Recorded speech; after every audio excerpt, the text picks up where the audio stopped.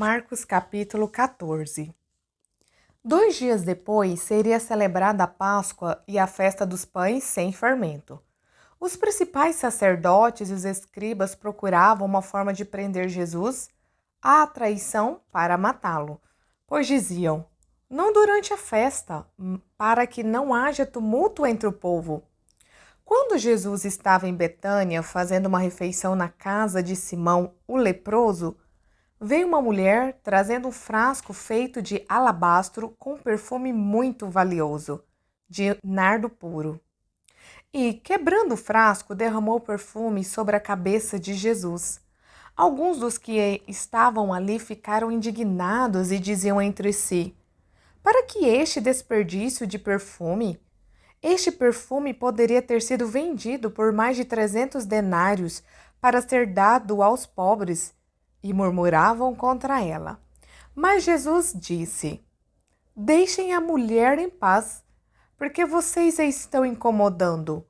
Ela praticou uma boa ação para comigo, porque os pobres estarão sempre com vocês, e quando quiserem, podem fazer-lhes o bem, mas a mim vocês nem sempre terão.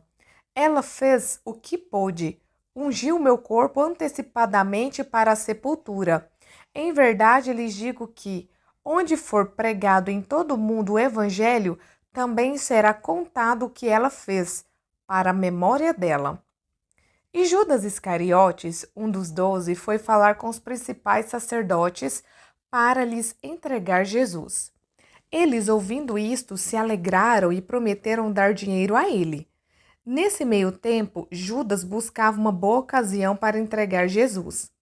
E, no primeiro dia da festa dos pães sem fermento, quando se fazia o sacrifício do cordeiro pascal, os discípulos de Jesus lhe perguntaram: onde quer que façamos os preparativos para que o Senhor possa comer a Páscoa?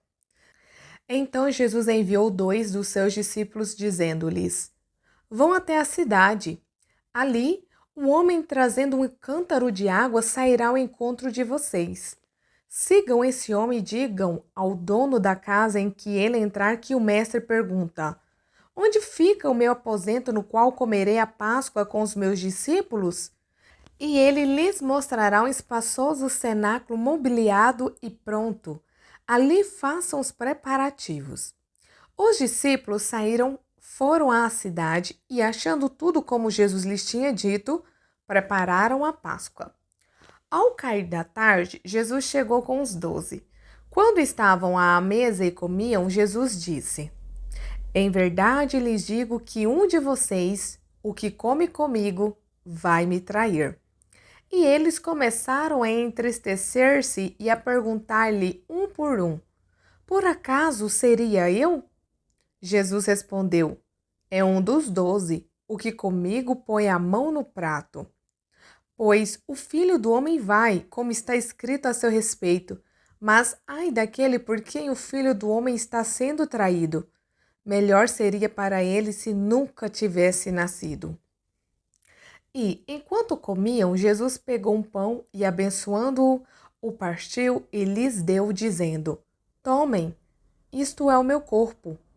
A seguir, Jesus pegou um cálice e, tendo dado graças, o deu aos seus discípulos, e todos beberam dele.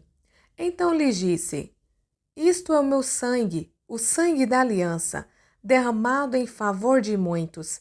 Em verdade lhes digo que nunca mais beberei do fruto da videira, até aquele dia em que beberei o vinho novo no reino de Deus. E, tendo cantado o hino, saíram para o Monte das Oliveiras.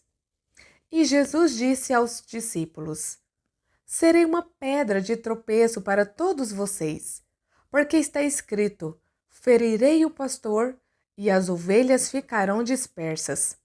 Mas, depois da minha ressurreição, irei adiante de vocês para a Galileia. Então Pedro disse a Jesus: ainda que o Senhor venha a ser um tropeço para todos, não será para mim. Mas Jesus lhe disse: em verdade lhe digo que hoje, nesta noite, antes que o galo cante 2 vezes, você me negará 3 vezes. Mas Pedro insistia com mais veemência. Ainda que me seja necessário morrer com o Senhor, de modo nenhum negarei. E todos os outros diziam a mesma coisa. Então foram a um lugar chamado Getsêmane. Ali, Jesus disse aos seus discípulos: Sentem-se aqui, enquanto eu vou orar. E, levando consigo Pedro, Tiago e João, começou a sentir-se tomado de pavor e de angústia. E lhes disse: A minha alma está profundamente triste até a morte. Fiquem aqui e vigiem. E, adiantando-se um pouco, prostrou-se em terra e orava para que, se possível, lhe fosse poupada aquela hora. E dizia: Abba, Pai, tudo te é possível. Passa de mim este cálice, porém não seja o que eu quero, e sim o que tu queres.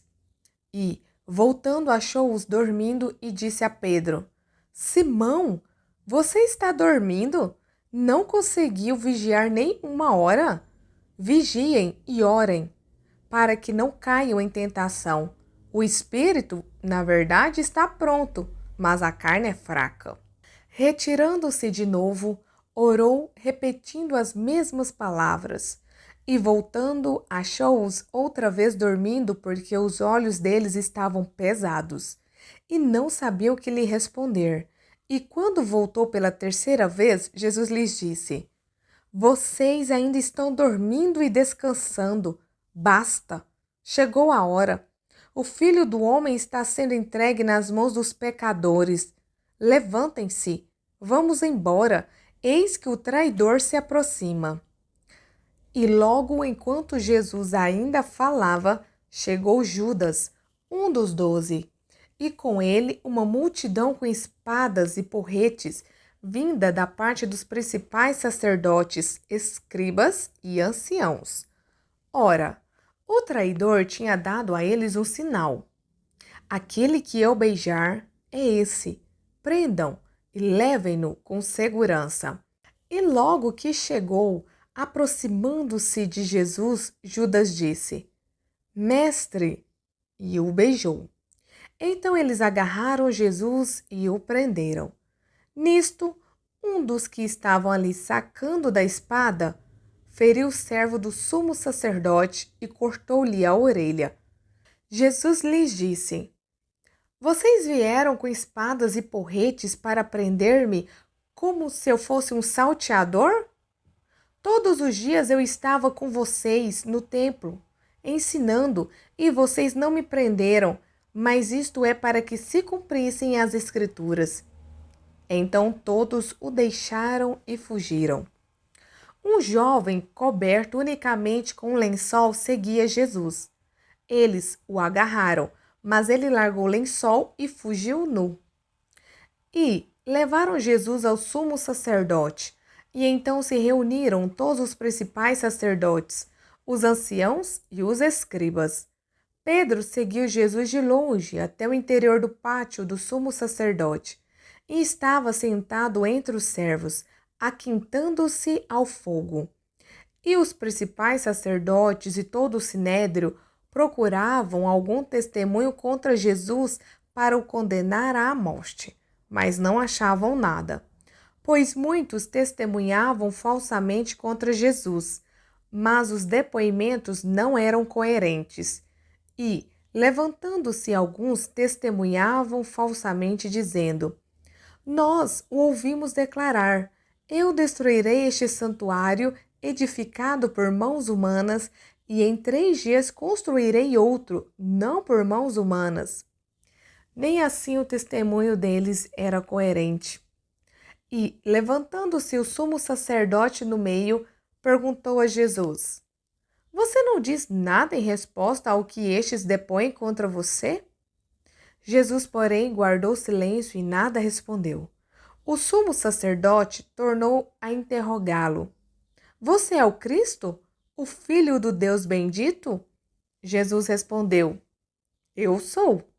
E vocês verão o Filho do Homem sentado à direita do Todo-Poderoso e vindo com as nuvens do céu. O sumo sacerdote, rasgando as suas vestes, disse: Por que ainda precisamos de testemunhas? Vocês ouviram a blasfêmia. Qual é o parecer de vocês? E todos o julgaram réu de morte. Alguns começaram a cuspir nele, a cobrir-lhe o rosto, a bater nele e a dizer-lhe: Profetize! E os guardas davam-lhe bofetadas. Estando Pedro embaixo no pátio, veio uma das empregadas do sumo sacerdote e, vendo Pedro, que se aquecia, fixou os olhos nele e disse: Você também estava com Jesus, o Nazareno. Mas ele negou, dizendo: Não o conheço, nem compreendo o que você está falando. E saiu para o pórtico. E o galo cantou. E a empregada, vendo, tornou a dizer aos que estavam ali: Este é um deles. Mas ele negou outra vez. E pouco depois os que estavam ali disseram outra vez a Pedro: Com certeza você é um deles, porque também é galileu. Ele, porém, começou a praguejar e a jurar: Não conheço esse homem de quem vocês estão falando. E no mesmo instante, o galo cantou pela segunda vez.